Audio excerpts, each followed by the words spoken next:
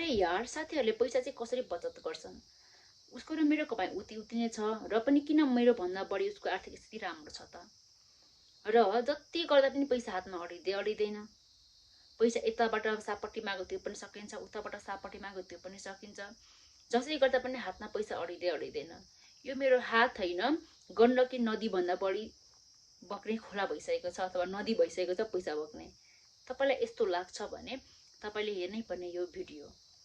Welcome back to my channel of the financial freedom. म तपाईलाई धेरै धेरै स्वागत छ र म तपाईको साथी बिना आज उपस्थित भइसकेको छु after very very long time नयाँ भिडियो लिएर।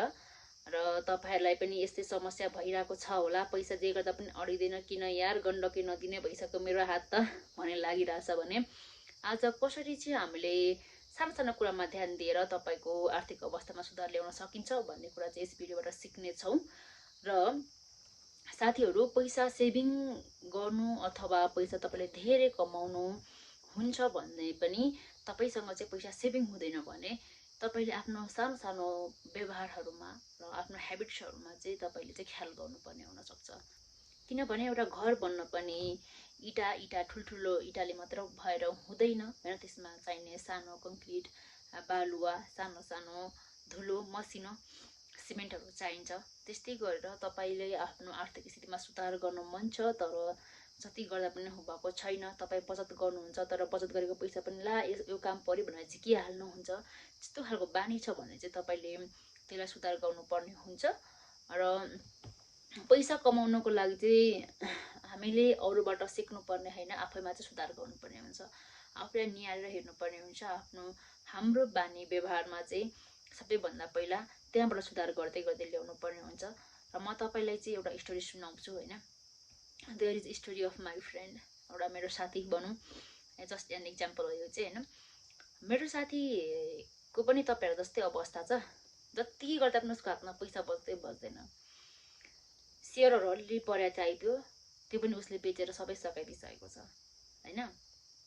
But I still have mind, मेरो चाहिँ छ। अनि उसलाई 24 घण्टा 12 महिना 7 दिन पैसाको खाँचो परेकै हुन्छ।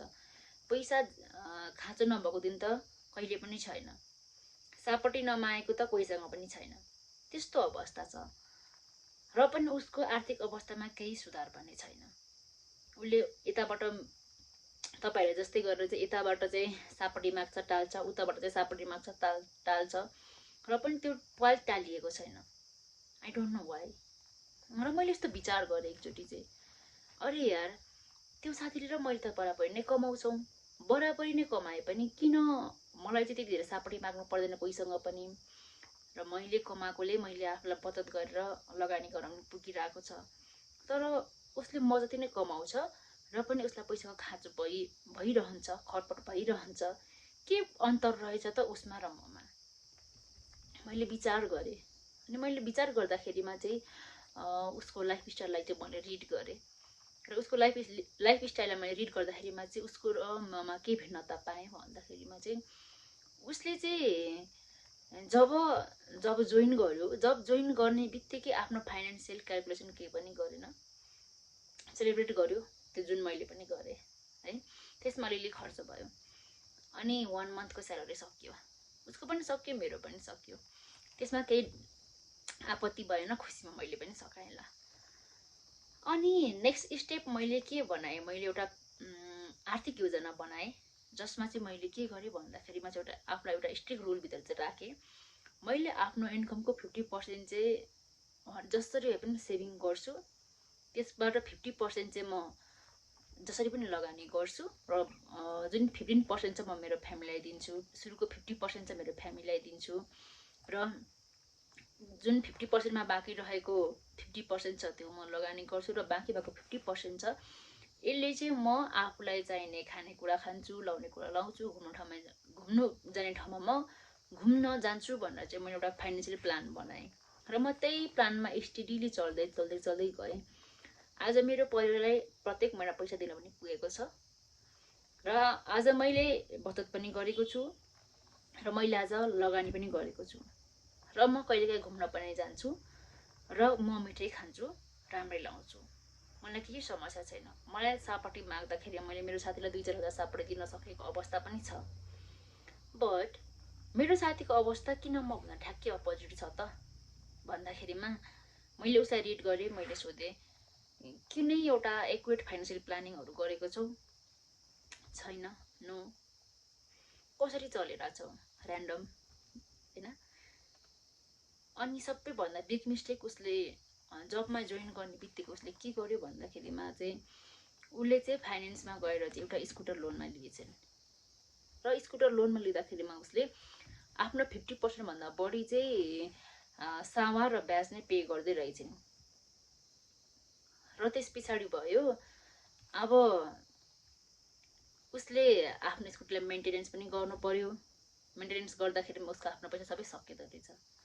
बाँकी फ्यामिलीलाई दिनु पर्यो, यो गर्नु पर्यो, त्यो गर्नु पर्यो, कहिलेकाहीँ आराम विराम हुन्छ, कपडाहरू लाउनु पर्यो, त्यसमा त उसलाई धेरै खाँचो पर्दो रहेछ। अनि मैले उसलाई सजेस्ट गरेँ इफ तिमीले त्यो स्कुटी नलिएको भए, होइन, आफ्नो सोख हुन्छ, सपना हुन्छ, पुरा गर्नुपर्छ, यसमा म कति पनि पुरा गर्नु पर्दैन भन्ने खालको चाहिँ मेरो त्यस्तो खालको कुनै निश्चय अथवा कुनै त्यस्तो थट चाहिँ होइन। पुरा गर्नुपर्छ। बट पहिला फाइनेन्सियल प्लानिङ गरेर चाहिँ उसले कति वर्षको लोन लियो र उसलाई 50% भन्दा पनि बढी चाहिँ लोन पे गर्न लागिरहेको छ।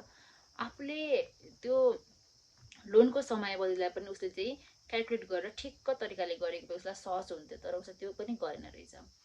अनि मैले उसलाई आइडिया पनि दिएको थिएँ फाइनेन्सियली क्यालकुलेट गर्नु है। तिमीलाई स्कुटीबाट घरदेखि जाँदाखेरिमा सजिलो पर्छ, सस्तो पर्छ, अथवा तिमी त्यही एरियामा बसेर काम गर्दाखेरिमा तिमीलाई सस्तो पर्न जान्छ। बट उसले मलाई के एन्सर दिइन् भन्दाखेरिमा होइन, म मेरो घरमा बस्छु, मेरो घरमा मेरो जरुरत छ, and I have to be emotionally available there भनेर चाहिँ भने। मैले इट्स ओके भने, घरमा हुन त राम्रो कुरा हो, होइन।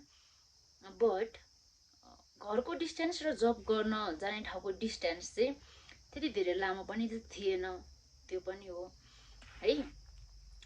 तर फाइनेन्सियली चाहिँ के हेल्दी थियो अथवा फाइनेन्सियली चाहिँ राइट डिसिजन थियो त त्यो उसको लागि भनेर चाहिँ मैले सोचेँ कि मैले सुरुमा नकिन्नु भन्दा पनि उनले किनिन्, बधाई छ त्यसमा, ठुलो कुरा भएन। But now see is financially struggling के। अनि यसबाट के सिक्न सकिन्छ भन्दाखेरिमा चाहिँ आफूले फाइनेन्सियली क्यालकुलेसन गर्न चाहिँ कहिले पनि भुल्न हुँदैन।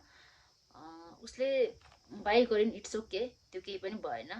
बट उसले फाइनेन्सियली मजाले क्यालकुलेट गरेर चाहिँ मैले यति चाहिँ लोन म यति मन्थली पे गर्दाखेरिमा चाहिँ अलिक लामो समयको लोन हुन्छ, but it's okay, I will pay भनेर त्यसरी गएको भए पनि उसलाई धेरै सजिलो हुन्थ्यो। बट उसले त्यो गरिनन्, होइन। रुम लिएर रेन्टमा बस्दाखेरि पनि धेरै चिज थियो जस्तो लाग्छ। जुन उहाँले मन्थली चाहिँ सर्भिसिङ गर्नुपर्छ, तेलमा खर्च गर्नुपर्छ, त्यो पैसाले चाहिँ मजाले रेन्टमा बसिकन आज पैसा माथि सुत्दा पनि हुन्थ्यो जस्तो लाग्छ मलाई चाहिँ है। अनि घरको कुरा भयो, लोकल भाडामा आउनु जान धेरै लाग्दैन, 2-4 दिनमा आउँदा पनि धेरै पैसा चाहिँ सेभिङ हुन्छ जस्तो लाग्छ इन माई क्यालकुलेसन। एन्ड तपाईँहरूलाई चाहिँ कस्तो लाग्छ? फर्स्ट भनेको चाहिँ एउटा फाइनेन्सियल क्यालकुलेसन चाहिँ एकदम धेरै जरुरी रहेछ भन्ने चाहिँ मैले यहाँ मेरो 2टा कम्पेरिजनबाट सिकेँ। र सेकेन्ड वान भनेको चाहिँ इम्पल्सिभ बाइङ है। इम्पल्सिभ बाइङ मिन्स तपाईँलाई चाहिँ कुनै कुरा अहिले किनौँ लागिहाल्छ। सोसियल मिडियामा चाहिँ यसरी चाहिँ फ्लेक्स गरिएको हुन्छ कि यस्तो मजाले किनौँ लाग्ने बनाएको हुन्छ, तपाईँ देख्ने बित्तिकै यु जस्ट जम्प के किन्नको लागि है। But I never do that, म चाहिँ कहिले पनि गर्दैन। बिकज म आफ्नो आँखाले देखेर त राम्रो क्वालिटीको कपडाहरू अझै पनि राम्रोसँग चुज गर्न आफैले छोएर आफै लु गरेर आफूले बनेर त्यो कपडाहरू चाहिँ राम्रोसँग चाहिँ पाएको हुँदैन भने how can I trust the online stores? I mean online बिजनेसहरूलाई ह्याम्पर गर्नु खोजेको त होइन, राम्रो होस् भन्न खोजेको होइन, कुनै राम्रा पनि हुन्छन्। But you should stop doing that. हामीलाई चाहिँ नयाँ फेसन्स अब नयाँ डिजाइनहरू आयो भन्दैमा हामीलाई चाहिँ फ्लेक्स गर्नुपर्ने हुन्छ, जुन कुरा चाहिँ एकदम धेरै ब्याड ह्याबिट हो, होइन। Either you or old one or either you or new one है। बट आई थिङ्क तपाईँले फाइनेन्सियली क्यालकुलेट गरेर मात्र चाहिँ गर्नुपर्ने हुन्छ। उमेर छँदैमा अहिले नै लाउने हो, अहिले नै खाने हो भनेर चाहिँ इम्पल्सिभ ब्याङ्क चाहिँ गर्नु हुँदैन। तपाईँलाई जे जरुरत छ त्यो मात्र किन्ने गर्नु होला। Always make sure you have the note one है। अहिले लिस्ट पाउने गर्नुहोस् तपाईँले साँच्चीकै के जरुरी छ त किन्नलाई भनेर चाहिँ लिस्ट बनाउनु होला र एकदम जरुरी परेको कुराहरू मात्रै किन्नु होला। त्यसो गर्दा पनि तपाईँको धेरै पैसा सेभिङ हुन्छ र ओल्ड कपडा पनि कसरी कन्फिडेन्ट फिल गर्ने भन्ने कुरा हुन्छ। अर्को चाहिँ त्यो चाहिँ के हो भन्दाखेरिमा तपाईँले कुनै कुरा रिपिटेडली लाउनु भयो है, कुनै कुरा पुरानो कपडा लाउनु भयो भने पनि निट क्लिन एन्ड टाइडी हुन जरुरी हुन्छ, न कि नयाँ हुन है। र always feel whatever you were always feel confident.